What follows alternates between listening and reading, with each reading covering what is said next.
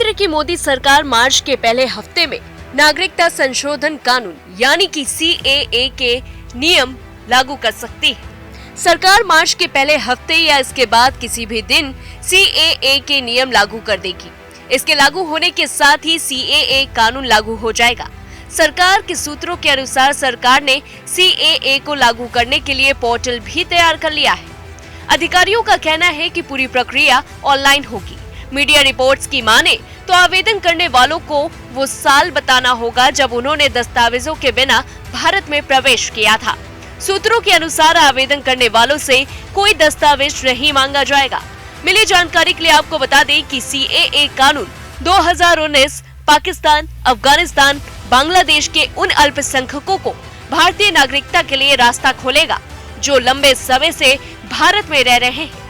इस कानून में किसी भी भारतीय की नागरिकता छीनने का कोई प्रावधान नहीं है, चाहे वह किसी भी धर्म का हो।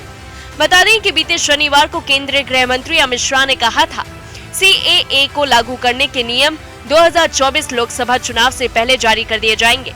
लाभार्थियों को भारतीय राष्ट्रीयता देने की प्रक्रिया जल्द ही शुरू होगी। इसके अलावा उन्होंने कहा था कि CAA देश का कानून है, इसकी अधिसूचना जरूर जारी होगी। लोकसभा चुनाव से पहले इसे जारी किया जा रहा है। इसे लेकर किसी को कोई भ्रम नहीं होना चाहिए।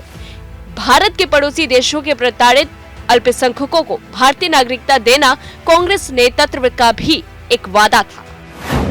वादे से मुकरी कांग्रेस। अमित शाह ने कहा था, जब विभाजन हुआ था तो उस समय हिंदू, बौद्ध, ईसाई सभी वहां धार्मिक उत्पीड़न का सामना करने के बाद भारत आना चाहते थे। कांग्रेस नेताओं ने इन्हें भारत की नागरिकता देने का वादा किया था और यह भी कहा था कि आप सभी का स्वागत है, लेकिन कांग्रेस नेता अपने बयान से पीछे हट गए थे। नागरिकता छीनने का कानून नहीं है CAA। शाह ने यह भी कहा था कि CAA किसी की नागरिकता छीनने का कानून नहीं है। हमारे मुस्लिम भाइयों को CAA के मुद्दे पर भड़काया जा रहा है। CAA के जरिए किसी की नागरिकता नहीं छीनी जा सकती। इस कानून में ऐसा कोई प्रावधान नहीं है और वहीं CAA उन लोगों को नागरिकता देने के लिए बनाया जा रहा है जो पाकिस्तान और बांग्लादेश से धार्मिक उत्पीड़न का सामना करके भारत आए और यहाँ पर शरण ली। इसका किसी को विरोध नहीं करना चाहिए। ज्ञात हो कि दिसंबर 2019 में संसद ने CAA पारित किया। बाद में इसे राष्ट्रपति की मंजूरी भी मिल गई। इसके बाद देश के कुछ हिस्सों में बड़े पैमाने पर विरोध प्रदर्शन हुए थे और 4 साल से ज्यादा समय के बाद CAA लागू करने के लिए नियम बनाए जाने जरूरी है।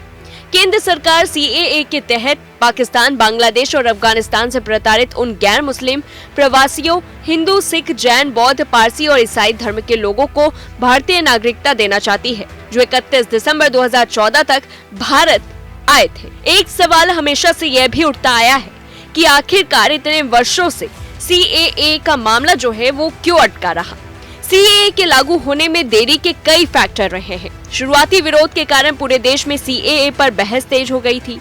खासकर असम और त्रिपुरा जैसे राज्यों में व्यापक प्रदर्शनों ने चिंताएं जो थी वो भी बढ़ा दी थी। दिल्ली के शाहीन बाग में धरना दिया गया था और असम के गुवाहाटी में विरोध में सभाएं हुई।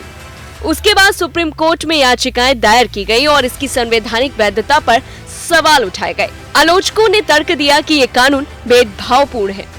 इसमें म्यांमार के रोहिंग्या और तिब्बती बौद्धों जैसे कुछ उत्पीड़ित समूह को शामिल नहीं किया गया है। इस बीच कोरोना के कारण देश में लॉकडाउन और प्रतिबंध लागू कर दिए गए और ऐसे में विरोध प्रदर्शन थम गए थे।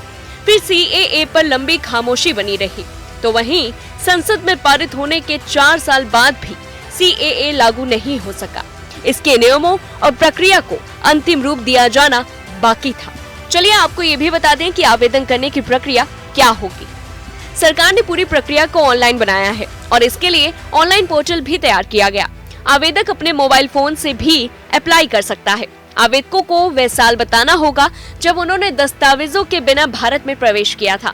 आवेदकों से कोई दस्तावेज नहीं मांगा जाएगा। नागरिकता से जुड़े कितने भी ऐसे मामले पेंडिंग हैं, वे सब ऑनलाइन कन्वर्ट किए जाएंगे। पात्र विपस्थितों को सिर्फ पोर्टल पर ऑनलाइन आवेदन करना होगा। उसके बाद गृह मंत्रालय जांच करेगा और नागरिकता जारी कर देगा। क्या अब तक किसी को नागरिकता नहीं मिली? सरकार ने 9 राज्यों के डीएम को नागरिकता को लेकर एक बड़े अधिकार दिए हैं। पिछले 2 साल में 9 राज्यों के 30 से ज्यादा जिला मजिस्ट्रेटों और गृह सचिवों को अथॉरिटी दी गई। डीएम को अफगानिस्तान, पाकिस्तान और बांग्लादेश से आए गैर मुस्लिम अल्पसंख्यक समुदायों को भारतीय नागरिकता देने की शक्तियां मिली। गृह मंत्रालय की 2021 और 22 की वार्षिक रिपोर्ट के मुताबिक 1 अप्रैल 2021 से 31 दिसंबर 2021 तक इन गैर मुस्लिम अल्पसंख्यक समुदाय के कुल 1414 विदेशियों को भारतीय नागरिकता दी गई। जिन 9 राज्यों में नागरिकता दी गई है उनमें गुजरात, राजस्थान, छत्तीसगढ़, हरियाणा, पंजाब, मध्य प्रदेश, उत्तर प्रदेश, दिल्ली और महाराष्ट्र का नाम शामिल है। सीएए लागू होने के फैसले पर आपकी क्या कुछ राय है, हमें कमेंट बॉक्स में जरूर बताएं। और ऐसी तमाम बड़ी खबरों से जुड़े रहने के लिए देखते रहिए न्यूज़ 1 इंडिया।